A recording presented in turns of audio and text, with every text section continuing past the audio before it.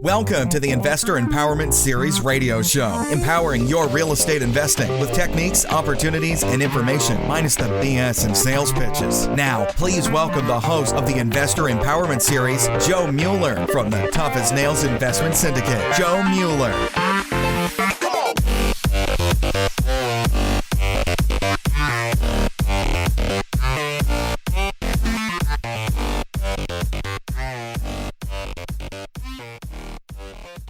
Welcome to the Investor Empowerment Series radio show, episode number 14.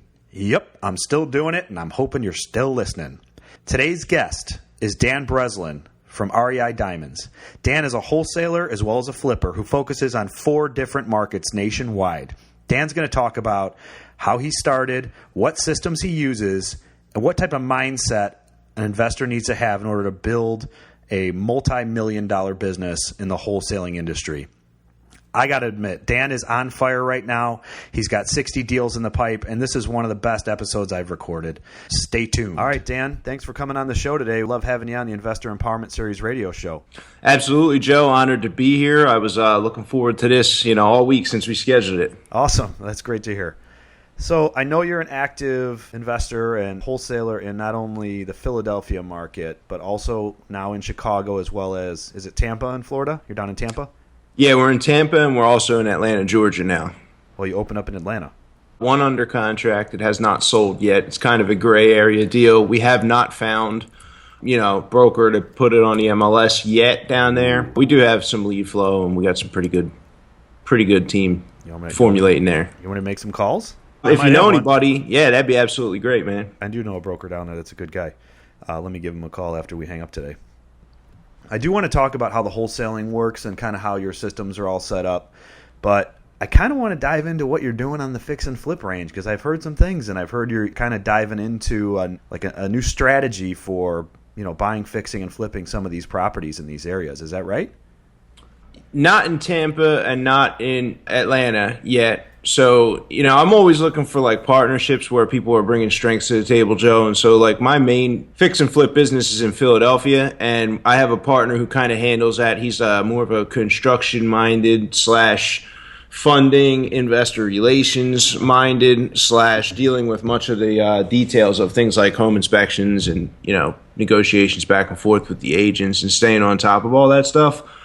So I really like to find relationships like that with people in the market. And then, basically me and my team are bringing deals to the table and we're giving that person the inside track on the fix and flip inventory. So I really have not established that with somebody solidly in the Chicago market yet, but we have a couple of them on the table right now that we're going to pick up, just buy them with cash and, do a little lipstick rehabs, nothing serious, no $100,000 guts, no second story additions or anything sexy like that. Just, straight $150,000 product that we can put a, paint and carpet in the kitchen in and keep it moving.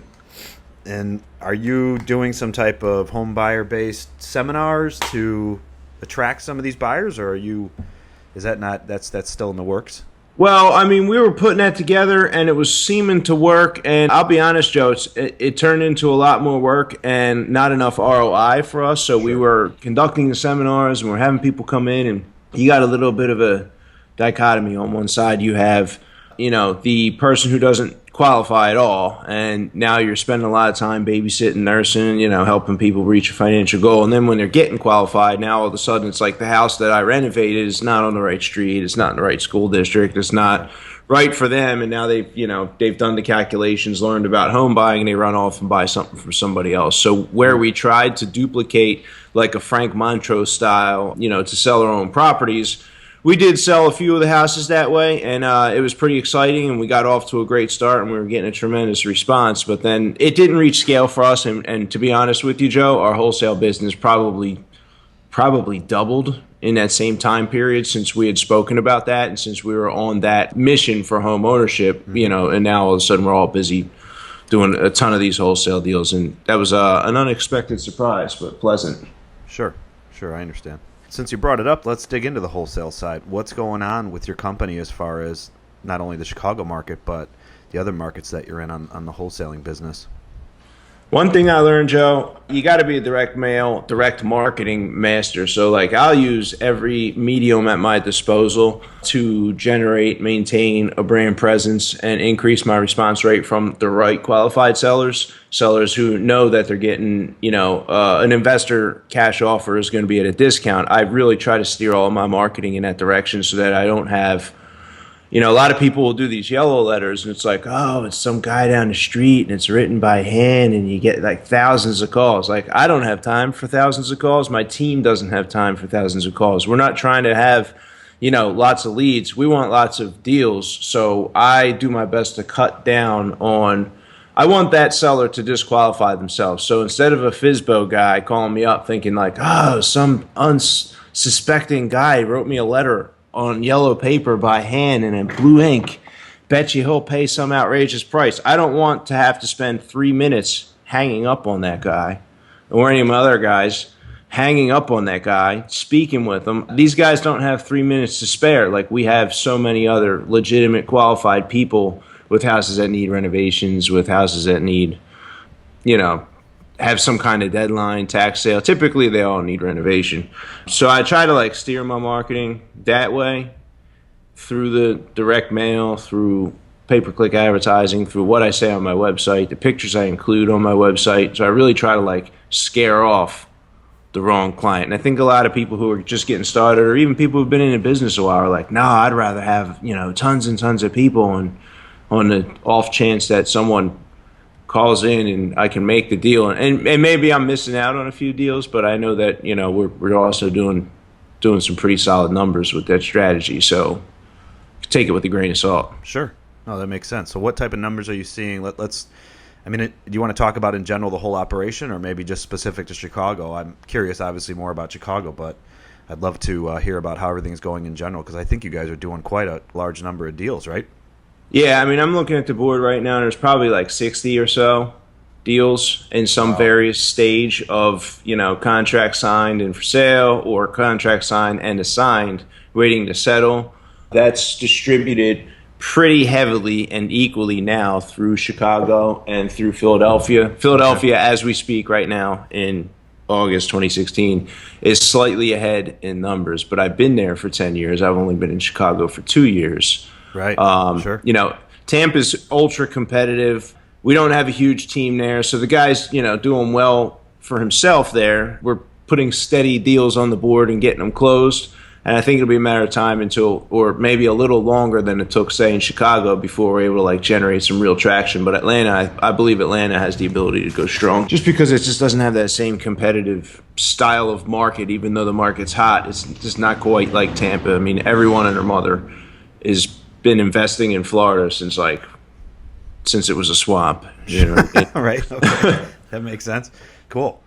So 60 deals active throughout the markets you're involved in various stages. That's incredible. I think one of the things we can bring to the listener is, how do you get to that point where you're building up a business that is this the type of situation where you're going to close 60 in the next 30 days, or you're talking in the next few months? And if I missed that, I apologize, but no, they'll probably close.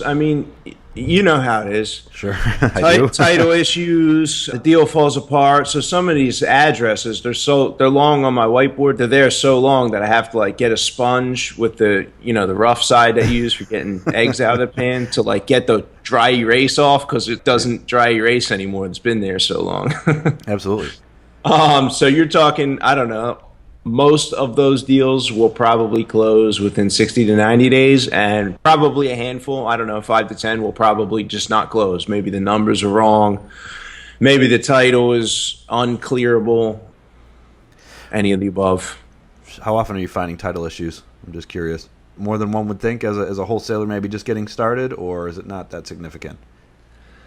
I don't think it's that significant. I think most people, 5 to 10% of the deals probably have title issues that are insurmountable. And a lot of times it's lack of due diligence on the part of the person who takes the initial phone call. One of my partners, he hates asking for the mortgage balance. He hates asking for asking prices. So he's just setting appointments and running out to the living room. And he's like, he's wasting a lot of his effort and a lot of his time. And I feel like a lot of times the newer investor is scared to like dig in and like ask that and get slightly confrontational. And I think that is partially due to like a falling in love with large number of leads. So like every lead that comes in, it's like, oh my freaking God, this is like a winning lottery ticket. I can't believe I have a lead. Right. And they're like afraid to destroy and like torpedo that lead right off the bat. So like figuring out how to do that. And when I say torpedo, I mean like, okay, so what are you asking? You know, maybe it's a property I need for $100,000. Oh, I'm looking for $249,000. Or where'd you come up with that number? I don't know. I just came up with it. I'm like, well, I'm not going to be anywhere near that. So can you do a little better than that? Mm-hmm. Well, yeah, I could probably do 245. I'm like, no, I'm thinking like probably somewhere down around like, 120, 140, maybe even a little less than that. I mean, is that in the ballpark, or should we just not waste each other's time? And then the guy's like, oh no, that's outrageous. I would never blah, blah, blah, blah. I owe 220,000. And, so you got to like be able to weed that guy out. Whereas I think a lot of newer people are going to run out on that lead. Then they're going to try to contract the thing, and you'll have sellers who have that same scenario. They owe 220, they're asking 240. You need it for 100. They'll go out, they'll negotiate with the people, and they'll say, "Yeah, I'll give you, 110," and like never get down to the details with that seller. And you'll have like this seller, believe it or not, will like sign the contract at 110, and they're like thinking you're going to give them 110, and they never mention the mortgage the whole way along, and they're never asked about the mortgage the whole way along. And so now we like light up the attorney, or we light up our closing company or title agency to pull the title, and they're like, whoa, there's a $200 and some thousand mortgage. What are we going to do about this? And you like ask the seller, and now it blows up. Well, you signed the contract. You might have started marketing the deal. You got yourself excited. You put the address on the whiteboard. And I think a lot of people just, it sounds like very juvenile, but this guy who's doing this, it's not quite as foolish as the example that I just shared. It's not quite as obvious as that, but he's doing $15,000, $20,000 a month steady in assignment income for his share of every deal, this guy that I'm sharing about right now. So he's making money, and he's a guy who's like, from my perspective, it's like he's afraid to have that confrontation. He's afraid to be a little more bold on the front end and like, let's weed out and figure out if we're wasting time or not. So it's hard for me to tell him like, you're doing it the wrong way when he's making a ton of money. You know what I mean? Yeah, I hear you. It works. Yeah, it works. It's just a lot more time spent, time efficiency issues and time management could be changed because you wouldn't be wasting all that time running out and dealing with everyone when you don't have to, is what you're saying. Vetting them out up front. Vetting up the seller up front. I mean, that's the difference of going from $20,000 to $40,000 a month, right there. You know what I mean? Understood. For the listeners and maybe some of the wholesalers that are just dabbling in it, throughout the country, what are like the 3 to 5 mandatory questions that every seller needs to be asked when that intake call comes in, or when that first contact back from the wholesaler to the seller gets made? I always joke around, Joe, and I say like, number one is, why are you selling a property? I remember like I used to hold seminars. I may do that again in the fall if we slow down. If we don't slow down, we're not going to be holding the seminar. But I tell the students in the that came to the seminar, I'd say, listen, I don't even care what the address is. I want to know why they're selling first. Mm-hmm. And when they give me the answer to that, that's like the number one question for me. Like, why are you selling the property? Oh, well, it's going to go to tax sale, and the tax redemption date is 62 days out or whatever it is. Well, I just figured out that there's like I got to get moving on that. You know what I mean? Oh, why are you selling the property? Well, we inherited it and no one's using the house. Oh, I got to get moving on that. Well, why are you selling the property? Well, there's things like falling down around me. There's literally trees growing from the dining room table that used to be a table, but now it's like a rotten pile of wood because the roof over the dining room was like gone for so long. And like, I can't believe I'm living in here with all this mold. Well, that's like a house that fits our mold. And then the wrong answers is like, well, we're thinking about moving. Okay, out of state? No, we just want to like move to a nicer house in the neighborhood, same school district. Yeah, you probably need a real estate agent. Right. You know what I mean? Establishing what the level of motivation is, and if it's like pants on fire type, hey, we got to go now because I'm going to lose my house to tax sale in a month. Yeah, so right off the bat. And then the second question would be, what's the bottom line price? Shoot me straight here. I don't want to waste your time. Don't waste mine, please. What's the bottom line number for us to get, to do this deal? And then I'm usually like kind of popped open on Zillow at the same time, and I'm gauging them to see like, are they in the ballpark? Are they somewhat reasonable? Right. And then is there any debt on the property? I'd say it's probably the third question that you should ask.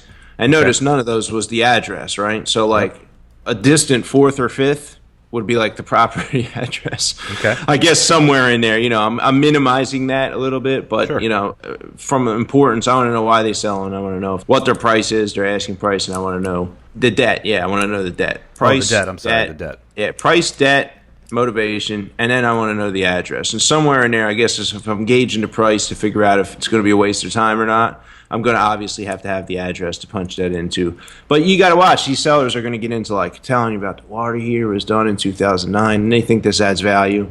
Oh, the roof was done in 2007. Well, now it's like 10 years into its life. That's, I don't care. Oh, we painted in like 1976. It's like they'll go on and on and on telling you about and I'll notice like my newer guys will have like 14 paragraphs long of information many times where it's about things of that nature of the house. And some of that stuff's important, but a lot of times, when I see newer guys like taking notes, or when I was newer, that would be like all the stuff I'm like writing as fast as possible about the concrete and about the vinyl windows or all this like different stuff. And like reality is I'll check all that when I get there. Those other 3-4 questions are like all I need to determine whether or not I'm looking at a deal usually.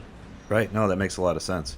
So if we take a step even before that, how are these calls coming in? I mean, you're saying direct mail is the way to go, which I think is awesome. I think that's kind of commonly noted kind of throughout the investor industry on the wholesale side, that direct mail seems to have the best response, I guess. Though I don't know those numbers comparatively to like a Facebook or online type advertising or Google AdWords. But what do you think your returns are on sending out your campaigns? As far as like response rate? Yeah, response rate return. So if you send out 10,000 mailers, I think is a number I've heard from you in the past. I mean, how many calls is that creating? It's like between 0.5 and 1.5% is my response rate. And I know I was on a call actually last night with Mike Kevorkian, another Chicago guy here, Sure. And we were kind of comparing notes. And he's like, "Yeah, the best I've ever gotten was 3." I don't think I've ever gotten 3% response rate, and he uses the yellow letters and weeds through. So like his method is that. And now, I'll also note Mike also will like target neighborhoods different. He's like not going to go quite as widespread, whereas I'm going as widespread, and I kind of want the situation and the people to sort of know what they're getting into with my letter. So 1.5% is it's pretty solid response rate. Okay. I'm going to do some quick, crappy math here, but so if you're sending out 10,000 letters, that's roughly 150 calls, right? That sounds about right? And it's probably lower than that. It's probably like 50 to 70 calls. Cool. But that doesn't take into account, Joe. So like, yeah, I don't know. Maybe we send out 5,000 letters and we get one deal. But there's also these like higher quality leads that come in after a period of time. So like a letter has staying power. My Facebook ad is gone the day it's seen. Okay. My pay-per-click is gone the day it's seen. Some of my image ads will like follow you around for 60 or 90 days after you visit my site, but they're relatively quick and gone. When you send a letter to somebody and they'll have a tendency, if they like what you're saying in the letter, they'll have a tendency to keep the letter with the deed and with the mortgage, papers and all that. And so like we'll get calls often enough from people who have passed away, obviously not from that person, but from their heirs, picking the phone up and say, "Hey, I found this, this letter with the stuff from the house, and Mom apparently liked it, so why don't you come out and take a look and see if you want it." And so those are like higher quality leads that aren't taking into account the response rate. Sure. No, I understand. Right, because you can't really track something that was, put in a drawer from a year ago. Yeah. Well, that's awesome. So when these calls are coming in, then we'll call it your 50 to 100 calls on average per month. Based on your mailers or based on what you just said. What I've heard you in the past mention you've used a service I believe called Pat Live. Is that still what you're doing on the initial intake calls, or how does that work? Yeah, we use Pat Live to answer the calls. It's like $1,000 a month. Well, because we're doing so much, but you can get it for like $200 a month or something. Are they following a script that you're creating in advance to get the information you need, or just literally answering the phone and taking down quick information? No, and I also use Podio as my contact management system. So like one of the things I did was build out a special page with special script for Pat Live, so that they're entering the information right into my Podio account, in the appropriate places the same way like a seller would if they go to my site and fill out the form. So that populates the right information for the script relatively close. You're still dealing with, probably $10 an hour workers who like misspell words, and, you can tell they just started, they didn't get much training. You can tell when like new people start because they'll put the information in the wrong place or just do stupid stuff. And is Pat Live, they're handling the entire organization you set up. So Atlanta, Tampa, Chicago, Philly, it's all going to that one company. Yeah, and I think like a few years ago, I had them, obviously I used to answer the phone myself. Sure. And then I had them sending me an email, and I'd forward the email to my guys. But, all of a sudden it was like this just tragic event trying to get all that into like a spreadsheet or a system. So like once I was able to have them enter it right into Podio, we had much less falling through the crack of, a lead falling through the cracks. It still happens, but we're relatively quick, and we have like multiple safety nets to catch a lead that was not touched by somebody and called. So, Podio has been like huge for us in being able to like track stuff from, let's say, 6 months, a year ago. There's a lot of these deals, Joe. You get a lead and you got to work that thing for a year. And a lot of people who are newer in the business and haven't had that experience, I'll tell them, you got to work that lead for a year. And they don't really work it for a year the same way. Like, they don't believe that they could get the deal done because the guy said, no, that price isn't going to work, or whatever the case is. And they like took them at their word. But the reality is, some of these deals just take several years. Even when you get into higher price deals, a farmer selling to a developer, those guys will have a conversation for 4, 6, 10, 15 years until the farmer finally pulls the trigger and gives them the piece of land to develop. Wow. Sure. Real estate just takes a long time to transact from an investor standpoint in many cases. And on the flip side, a lot of the leads we go out, we close them right there in the living room on the spot. But there's so many of the best deals come from the past, like they come back from the dead. So a piece of advice for the listeners who are starting into wholesaling business or active wholesalers might be, keep at it, right? Don't give up. Keep working that lead and keep hitting them with mailers, recontact them back in the future. Just like any marketing plan, at minimum 7 points of contact is something I've heard. Does that sound like a good piece of advice? Yeah, and you just want to get the tempo down. So depending on how hot the lead is, you're calling this person in some cases every day, sometimes several times a day. Like, they got to call me back. They have to. Or they're not as hot of a lead because they were kind of like almost hanging the phone up on you. Maybe I'm calling him or the team. My team is calling them once a month, or maybe it's once a week. So there's we have like a gauging system when it's either a warm lead, hot lead, or a cold lead. Cold lead's getting called once a month, warm lead once a week, and hot leads getting called every day. And we even have a white hot lead, tag. That's like, we're literally going to call them multiple times a day. Like, what determines something? Now that sounds pretty interesting. I love the fact that that's something I haven't actually heard as far as like, you kind of, I'm hearing colors in my head as you're saying this, and you're, referencing the white hot lead. So you're categorizing these, saying, okay, we hit this guy every month. We're going to hit up this guy every week. We're going to hit up this guy a couple times, today. What would categorize a white hot lead? Tax redemption in 62 days. Like, that guy has to do something. You know what I mean? A probate lead that you went out to, you made the offer on the spot, and they didn't accept it on the spot. And, or for that matter, any property, could be the guy's facing foreclosure. He could be like current on his payments. But like, ultimately for me, I have kind of two qualifiers that I think first indicate it's a pretty good lead. Number one, does property need repairs? Like, we're a good fit and a convenient solution for the person who has a property that needs repairs, Joe. So I'm not looking to get somebody's house that's been well maintained, and there's a realtor market, and then there's a convenience investor market. And the house that needs repairs, like a big time renovation, the more catastrophic the renovation is needed, the more it belongs in my category.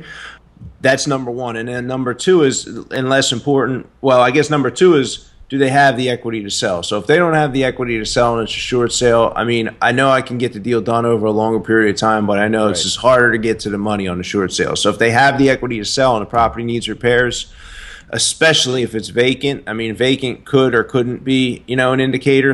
We do a lot of deals where the property has a seller living in there, and they're not like real happy and proud with the condition of the house and they're moving, you know what I mean? So like vacant's not necessarily like must be vacant in order to do it. But when you have the guy or woman or seller, you know, property that's vacant, needs repairs, and you just know for a fact that that property belongs in the category of cash sale / investor market as opposed to like retail market, that's like a hot lead, especially if they said, oh, I want to be done in a week, you know, I want to get out of here like right now. So like depending on what they're telling you as far as the deadline goes and as far as the condition, that's going to be a white hot lead. You're calling them every day because you just know, you get a sense after a period of time for which deals are going to go in a short period of time. And sometimes some of those people are like sort of fit for sale by owner mentality and you're stuck on a higher price, a higher number, and it's just going to take time,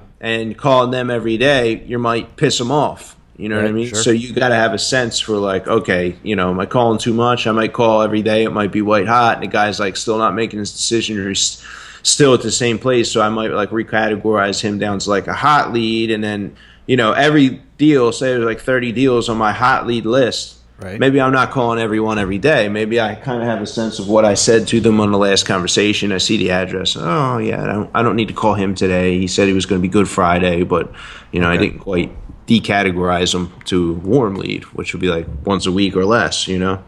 Absolutely. No, I understand. We've kind of broken down a lot of what you're doing on the wholesale side. I'd like to hear one last piece of the pie, which we touched on, which was the mailers themselves. Any recommendation out that you can give out to anyone listening about what you see better success with, as far as, is it yellow letters, is it postcards, is it different color envelopes? I mean, or variation of all of the above that you've experienced that kind of results in the type of success you're seeing? I'm going to say that the success comes from being consistent. So regardless of the color of the envelope, for example, it's just keeping at it and, you know, keep that. Yeah, doing it on a regular basis. You know, it's like bird seed, right? Or not bird seed, grass seed. So I'm out there like seeding the lawn, and basically like, or I'm planting seed, whatever it is, right? If it was like a farmer out there, I'm planting seed, and the birds are taking some, and you know some of it's like falling on the rocks on the road, and it's not going to grow there, and like some of it's just blowing away in the wind, and then like every once in a while, like one seed will fall into the dirt where it's like nice and full of nutrients and moisture, and everything's perfect, and that one grows and like produces a big harvest. Like that's the same way that the mail works. And so like you can't go out there and do it once and like you throw like one handful of seed, and that's what I think a lot of people who fail at the business do. They'll do, you know, 100, 500 letters. Like I'm going to put it to you blunt, like if you did 500 or 1,000 letters, you don't deserve to get a deal. That's like not the type of action that, you know, produces success. You might step into a pile of shit and get a deal, you know what I mean? And like, oh wow, this is great. And then you'll do like another 1,000 and no deal will come, and you'll be like disheartened. So, you know, we've put 100,000 letters into the Chicago market in the last, you know, year to 18 months or so, and now we're getting calls on letters from February. Like I have tracking codes for every month, so I see like people give me different tracking code, and going back months, you know, February, last December, like we did deals. We took us from November of 2015, from last summer. We're doing deals that are going to settlement like this week. So mail. We had to stay consistent through that, you know, and 3 months in, you're thinking, man, this doesn't work. You know, for me personally, I'm like $15,000, $20,000, $25,000 in mail into the Chicago market, and I'm not making money. Like, this is horrible. But like, I stick with it, and I know that once I reach a certain like market presence, that's going to come from depositing enough of those pieces of mail into the hands of sellers who've now saved those letters, and some of them are getting multiple letters, you know, from me, because they're popping up on different lists, or I'm hitting the same list multiple times. So, you know, staying with the mail, I think, is more important. I've had, you know, just to sort of touch on really answering that, I prefer the letters that are corporate investor. You know, think of the letter that home investors would send out. That's probably like the letter that I prefer myself, and I want less leads. Mike Kevorkian's doing yellow letters. He's like a fan of the yellow letters, and he's getting, you know, a big result, and he's doing deals out of those. And I know a lot of people who do a lot of deals out of yellow letters. And then he got My other guy who had referenced in Philly, who's making 15, 20 grand a month, and he's pretty much doing postcards on a regular basis. He designed a really nice postcard, and he's doing the postcards. And then I have another woman out of the Philadelphia market, and she sits down and she like goes through the sheriff's sale, the tax sale in Philadelphia, like one by one. And in Philadelphia, like the tax sale, the problem is you get a lot of responses for people who have basically like a pile of rubble. Like you open the front door and there's nothing. You're looking down into the basement and you're like looking up at the sky.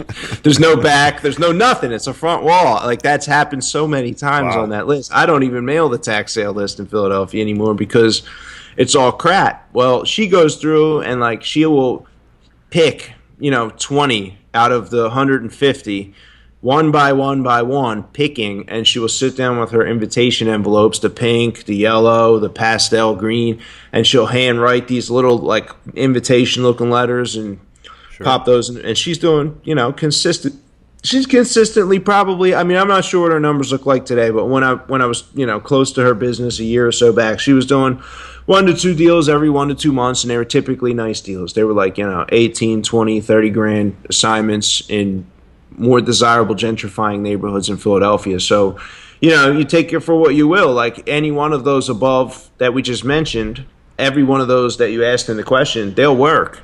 Right. You just got to like figure out, the nuance for your strategy and be in there. So to give you the example, she will come home from work, and I remember she was like seeing someone at the time, and they wanted to like do dinner. No, I got to do this mail first. And she had like a full time 9 to 5. No, I'm doing the mail first. You can make yourself dinner. Like she had to put a priority on that, and she was getting results. So it's not like she didn't show up and do it like once, not even once a week. She would do like 8, 10, 12, 15 letters, and she would do that like on a daily basis. You know what I mean? Sure. No, that makes a lot of sense. I would imagine that a handwritten letter, genuinely written from a potential buyer to a seller who's in a tax sale or, whatever motivated situation is, probably going to grab more attention than something that looks like it's been duplicated in a printing press, honestly. So, absolutely. That's one strategy that I think is important to note.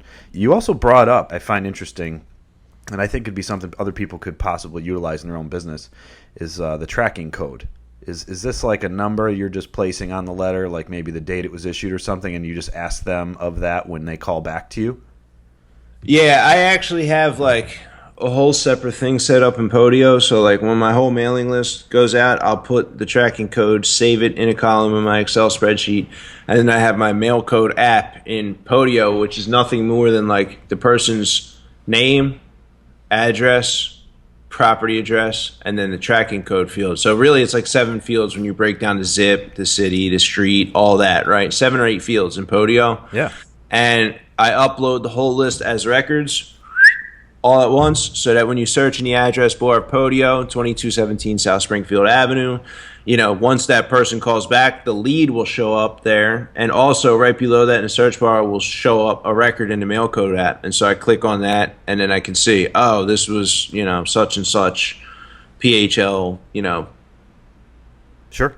H65 or whatever it is, the codes I've created over time. They've changed. So I have like a million of them. They're super freaking confusing, but they're now going forward for the last, say, like 4 or 5 months, they've gotten to be like, oh, okay, we can decipher this, because the team was like, you literally needed like the hieroglyphic or like something off of like Indiana Jones to figure out what the hell the mail code was. So that wasn't work. You need to put the relic against the computer screen in order to decipher the code. Yeah. Yeah, exactly. One of the awesome things I'm hearing consistently throughout this interview is, and I don't seem to really get that feel from a lot of the active wholesalers out there right now, and I can be corrected, but you've really set this up as an ongoing business. You've taken the time to put things into the business that are going to monitor the metrics of your yellow letters, like with the tracking code.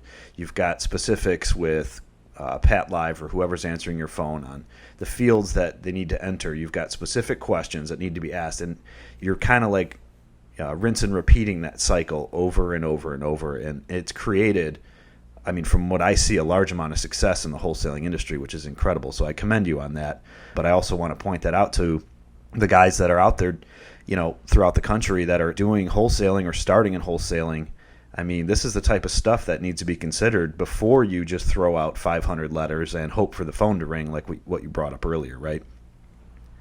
Yeah, and like if you're getting started and you're just new, I'd probably say go ahead and put the 500 out and just be ready to put another 500 out and another 500 out. When you hit your first $5,000 assignment fee, you should probably only like use $1,000 for yourself and then like earmark the rest of the $4,000 to like put into more lead generation methods, right? So like for a lot of years, Joe, I drove like a 15, 20-year-old, even like 5-6 years in the business. I mean, I went broke, 2009, 10, 11, crawled my way back, started flipping houses in the Philadelphia market. And then by like 2014, I started to have the team put together. And that's when I moved to Chicago so I could be here with my daughter, full time. And then that was 2014 and 15 is when I opened in Chicago. So you got to figure those evolutions all came over the course of 5-year period from 2011 on, when I started to like rebuild this thing after the market had crashed, and like for all intents and purposes I was sort of like out of the business at that point. Okay. So if you're just getting started, err on the side of action. You got to get yourselves in living rooms, you got to get yourself phone calls coming in, but certainly like putting some thought toward it and being able to like duplicate a lot of those systems. Like I had heard about Podio from other people, and I'm like, I don't need that crap. I got, this and this and this. I don't need that. You know what I mean? Like, it took a long time before I finally was like, oh, I see how important it is. Look at all those leads. We can't even track. And it took just a long time for my mind to really wrap around and start to get to that point where we're at now. How important is answering the phone? That's not a trick question. I just know that there's strategies out there where you've got, even on any VA type service, which is what Pat Live is, and it doesn't matter who the company is, there's going to be times when the phone doesn't get answered. I mean, is it more important to get that call in and have somebody answer than it is to just have like a voice recording or have that call go to voicemail? Well, yeah, I think you need to have somebody answering the phone. And like we have our scripts written in a way where people have literally, we get to the living room like, oh, Pat was so nice on the phone. Is that, she's in your office? Right. So we've like named our receptionist Pat and like refer like as if that's all legitimate. You know what I mean? Sure. And we have Pat Live, specifically using our names in the market. So like, John and George are in the Philadelphia market, and the Pat Live answering party will say, well, normally John or George would handle that, but they're out of the office right now. So it makes it sound like they're kind of like already talking the same names that are on the website and everything else. Part of the team. Yeah. So, I mean, I guess to get back and answer your question, I hear that people do better when they bring the answering in-house. For me, it's like there's a certain ROI that takes place in every, process or improvement or thing of that nature. And right now, I just see that the time and money investment would be required to bring answering the phones in-house. Mm-hmm. I mean, we're getting a pretty good return on our investment.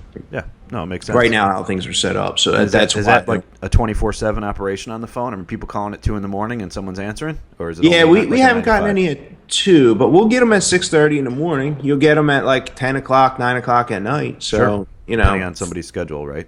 Yeah, so, I mean, we thought, we could, steer the calls to Pat Live during the hours we're not there, and then have somebody kind of in-house.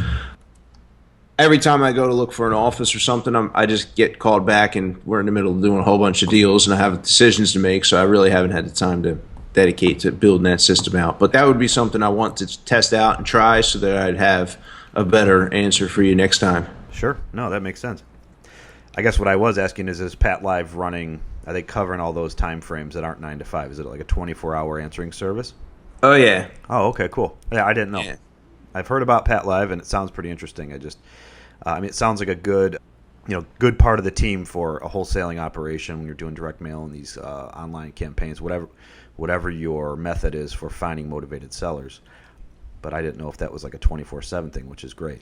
I'll tell you the best part about Pat Live too, Joe, is like you giving them the script. So where my other buddy doesn't want to ask what the debt is and he doesn't want to ask the asking price, Pat Live has no emotion. They don't care. They don't know what stakes are on the table. They get all the info. And if the seller doesn't want to give us all the info, they make a note of that and they submit the lead anyway. And then, so now we've like we're able to do enough due diligence before we hop on the phone with that seller because we have the debt. We have why are they selling? We have all those important questions answered already so that whoever is going to go interact with that seller and hopefully make the deal, they already are armed with all that information. They could do Zillow. They could pull a public record report. They could see so much information and get a lot of the story behind that deal before they ever pick up the phone and call that seller. And they can do that in a matter of 30 seconds to 3 minutes and be on that phone almost in live time from when they actually called Pat live. Wow. Well, that sounds great. Do you guys ever do bandit signs at all in any of the markets? The guy, who doesn't answer the questions, he's doing bandit signs. He does a ton. He's doing like 100 a week. Wow. Okay. That's yeah, he's cool. doing a ton.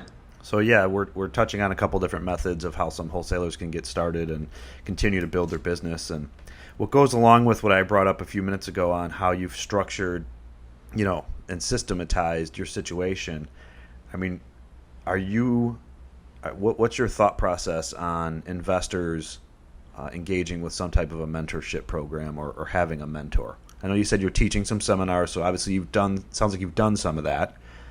What's your opinion or your guidance on an investor who wants to get started in, we'll call it wholesaling or fix and flipping, and where do you think a good resource for a mentor would be? Yeah, I mean, I'm not sure where a good mentor resource would be today. I know that, it was pretty important for me, and there's people who are in my market who I would have lunch with and who I never went and said, oh, will you be my mentor? But I considered them mentors. And even to this day, I still have people like that who I consider mentors, who I go to. And when I'm in a conversation with somebody like that, I'm definitely like treating it much different. I went to a seminar a long time ago to get sort of into the business. And I learned a lot there. Mm-hmm. I learned enough that people took me seriously when I did come around the real estate investor network and groups. I had the vocabulary, and the thought process is built up from going to, 3, 4, 5 of those seminars, reading. I literally used to read the real estate dictionary. That was like one of the things I did to get ready. But I'd say like going to the real estate investor associations that are in your specific market are the number one source for people who are in your market doing the business. Because when the guy from California comes and tries to teach somebody in Philadelphia how to flip houses and make $100,000 on a deal, it's a completely different market, a completely different product, and there's just maybe not as many of those same opportunities available. The financing structure is different, the negotiation style, the entire supply and demand mechanism in the market in Philadelphia is different from where this guy's course was written. And so, you're going to run into a lack of ability to, translate those nuances into that market, especially as a new person who's never done real estate before. Whereas somebody who's local, if you're going to get hard money, and you should have some money, I think if you're going to get into the business, this is not like a completely, penniless kind of thing, and you're just going to go out and borrow hard money and do a flip. But the hard money lenders, a lot of the hard money lenders, at least that I know, some of the smaller guys in the market, they'll definitely look at your deal and tell you like, nah, this deal won't work for this, and this reason, or yeah, I'll fund that deal and it'll work, and here's why, and here's what I think you can sell it for, and so they can also be a good resource as well. Sure, and you brought up some great points. I mean, first and foremost, having a situation where you're a new investor, you need to get out to the local RIAs in the area. You can utilize Meetup.com. And I want to point out to the listeners that if anybody's in the Chicago area, Dan and I together host a meetup in Schaumburg, Illinois on a monthly basis. And you can find that on Meetup.com. I know my URL is investoремpowermentchicago.com. Dan is also actively marketing that meetup. But if you've gone through one of these courses and you need assistance, with the next steps, or maybe you put out your 500 letters and you started to get some phone calls and you don't know what to do next. I mean, this is a great situation or opportunity to sit down with somebody that's got experience and, shake hands with somebody like Dan Breslin, who has done hundreds of deals at this point in multiple markets. And maybe it ends up as a partnership opportunity to start, or you learn in the process, however it could work. But that's something I just wanted to bring to the table based on what you mentioned. And also with, in regards to the mentorship, the reason why I asked the question about bandit signs as well as, like a mentoring or educational platform is because, and this is kind of funny, I can always tell. I just had a conversation with another investor because we kind of joke about it a lot, but we can always tell when there's been a recent influx of like real estate investor seminars or how to fix and flip house type stuff, because all of a sudden these bandit signs pop up all over the neighborhoods or on the main thoroughfares through the areas that I, typically traverse in. But the funny thing is, when I call that number, whether it's just to make a contact with another investor or, get some more information about whatever that sign says, because, as you know, as a full-time investor, it just piques your curiosity no matter what. Like, well, I wonder what they're up to. Who is this guy or who is that gal? I never get anyone answering the phone. It takes me a couple times to get a phone call back. And some of these are as, leading as like, I just saw one today, 2 signs next to each other on a major road. It was we buy houses cash with a phone number, and then literally a foot from it was a white sign next to the yellow sign that says make $25,000 on every flip, real estate invest now, and then it has like a the general phone number, and I can't get a phone call back from either of those phone numbers. So I find that pretty interesting. So to wrap up everything that you kind of brought together here today, I mean, if you're going to do it, commit to it and stick to it. Because I think there is opportunity out there in these businesses, and Dan is a prime example of how that can work for any investor who's interested in getting into whether it be wholesaling or buying your own property to fix and flip. So that was kind of where I was going with that. But I find it interesting that a seminar comes to town and Tarek and Christina are teaching a $5,000 course, and next thing you know, we've got bandit signs popping up everywhere and ads in the paper. But myself as a landlord and an absentee owner and high equity in a lot of those properties, I can't tell you, I hardly ever get letters in the mail. So it's the truth, though. I mean, I find it interesting because I'm thinking about, well, I've got all these properties and I've got a lot of them that are free and clear, and I'm not getting anything in the mail from anybody. Maybe once or twice a year I'll get something. Now, the properties I have in the Indianapolis market, which I think I have about 16 single-family and duplex properties over there, I probably get a couple letters a month on those properties, which I find interesting as well, but none in the Chicago area. So I don't want to give away any opportunities and create some conflict for you, Dan, but it sounds like there needs to be more people doing some direct mail in the Chicago area, maybe. I don't know. Yeah, I mean, I probably have some more. Right, tack on another couple some more thousand. Opportunity. Yeah, I probably do. You know what the problem is? You mentioned like the people not answering the phone, and sure. People, they look at someone who has 16 houses in Indianapolis and they just quick do the math and like, oh my God, this guy's raking it in. He's killing it. And like, so they think like real estate's like this opportunity to basically like swipe your credit card at this seminar and then just get really freaking rich without doing a lot. So it attracts lazy, rags to riches people. Like they think they're hitting the lottery, right? And so like it attracts really lazy people to the business who don't actually ever want to do anything. Everybody's like running around trying to do nothing in the business. And like, the successful people are the ones who are answering the phone, picking up the phone, calling people back within a few minutes. I can't tell you how many of the deals that we do, and they're like, oh my God, you called right back. And we're like, yeah, well, we're not trying to like have you keep calling everybody else. Like, right. And if you're going to spend $500 or $1,000 or $2,000 a month on mailers, and then your end result, the desired result is the phone ringing, to not answer it is just, seems like a little bit of it's a dumb decision. It's nuts. And, it's like the people who've defeated the laziness of humanity, and they have found ways to maintain a diligent, consistent attitude and work ethic in life, I mean, typically are able to build the success in their lives. One word, too, on the mentor thing before we kind of cut off, and it's you got to find a way to bring opportunity to the table. So, like, for me, the mentors that I had in my life, like, I was bringing wholesale deals to the table. They happened to be bringing some buyers to the table, and that, like, kind of got my foot in the door. It gave me a reason to be on the phone with these people. Like, I didn't just walk up and approach and say, hey, let's do lunch, and, like, let me pick your brain. Like, I had to find some way to, like, bring something of value to the table. And so, like, right now, I'm working on getting into the development space. I'm going to build subdivisions. I haven't figured out all the details, and so like my goal now is, okay, I need the attention of somebody and the knowledge of somebody who's done this. So what can I bring to the table that it's not a waste of time. So I don't just like go meet and say like, oh, I want to develop, teach me how to develop. Sure. I'm like finding ways like, okay, I have this 7-acre parcel, here's the zoning and here's the deal, and I'm in direct contact with the seller. Like, what can we do here? How can we like pencil this deal out? And so when you bring a real deal to the table, real address, real circumstance, a real reason why the seller is selling, and you bring that to the table, I think that's like really important for somebody who you would view as a mentor in your local market, in your RIA, to like have a real example to work, and potentially you could, like you said, Joe, partner with them on the deal, sure. Or certainly have an intelligent conversation as to why that wouldn't work without this like pie in the sky kind of thing. So that would be like my final suggestion would be find a way to bring opportunity to the table for somebody you'd like to approach as a mentor situation.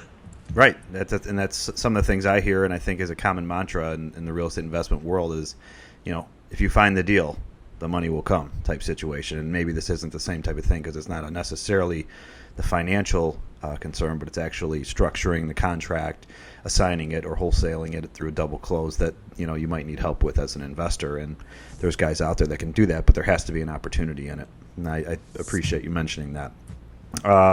Where do you think the real estate market's going, and what are you doing to prepare for it? I think there's still going to be some opportunity in the single family space. Mm-hmm.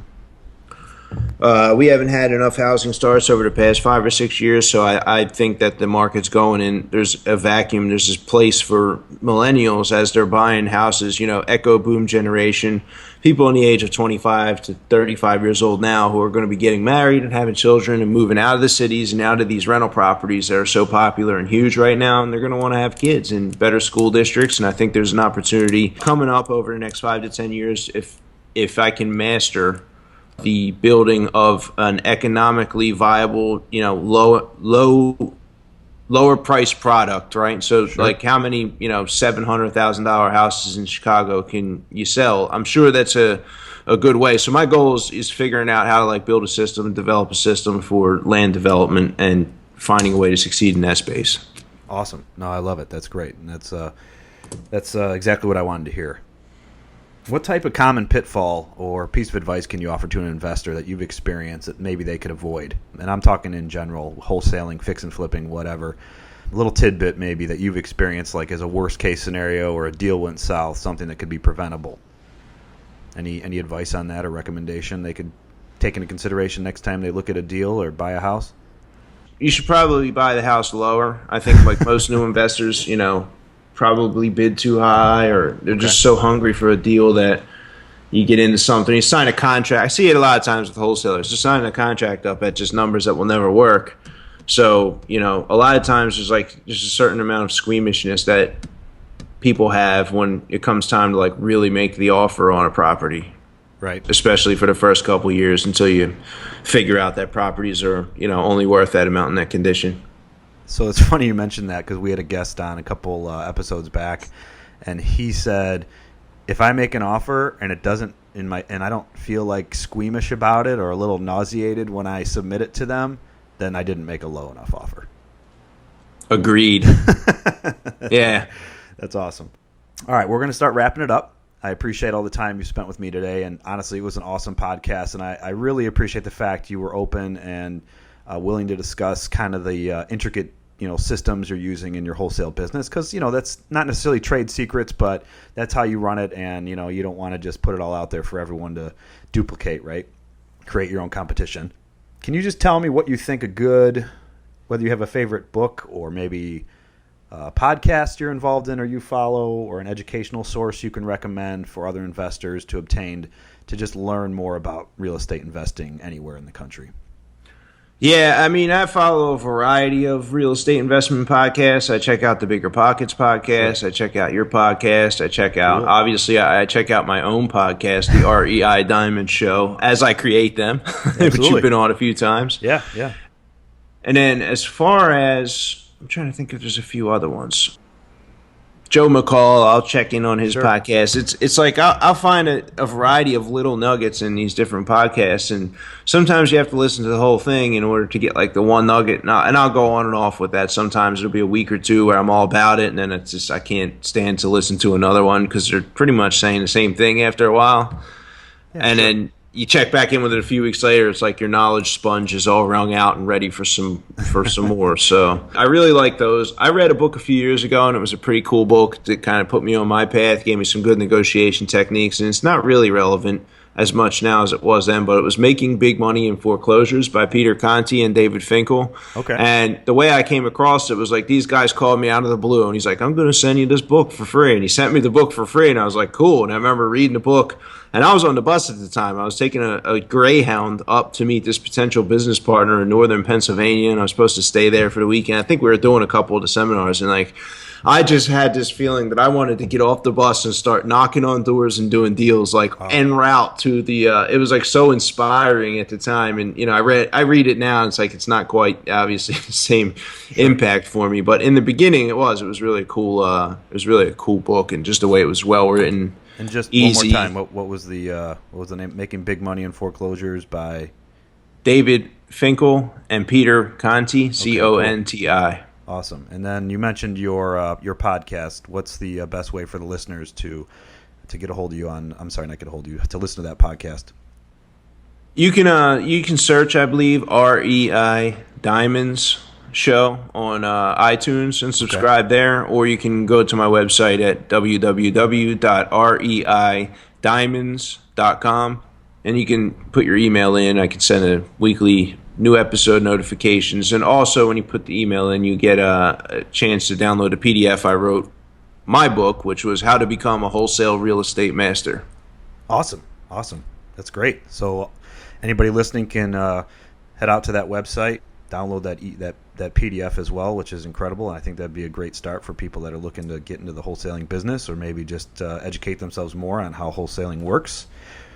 Last question, what's the best way for the audience to get a hold of you, Dan?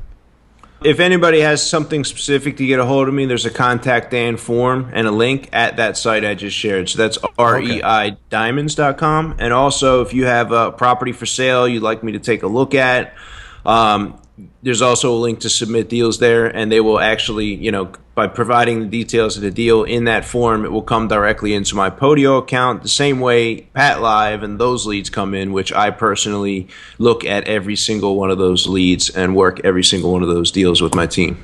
Awesome. Great. Dan, love to have you on the show. Really appreciate the time you've taken, and I know we're going to be talking soon again and getting our next meetup set up. So, again, thank you for your time today. Absolutely, Joe. Appreciate you having me on. All right, we'll talk soon. All right, thanks. Bye. Thanks for listening to another episode of the Investor Empowerment Series radio show. Be sure to tune in next week for another empowering episode. We welcome your feedback, so please rate us on iTunes and Stitcher, and visit us at www.investorempowermentchicago.com or tannisgrouprealty.com.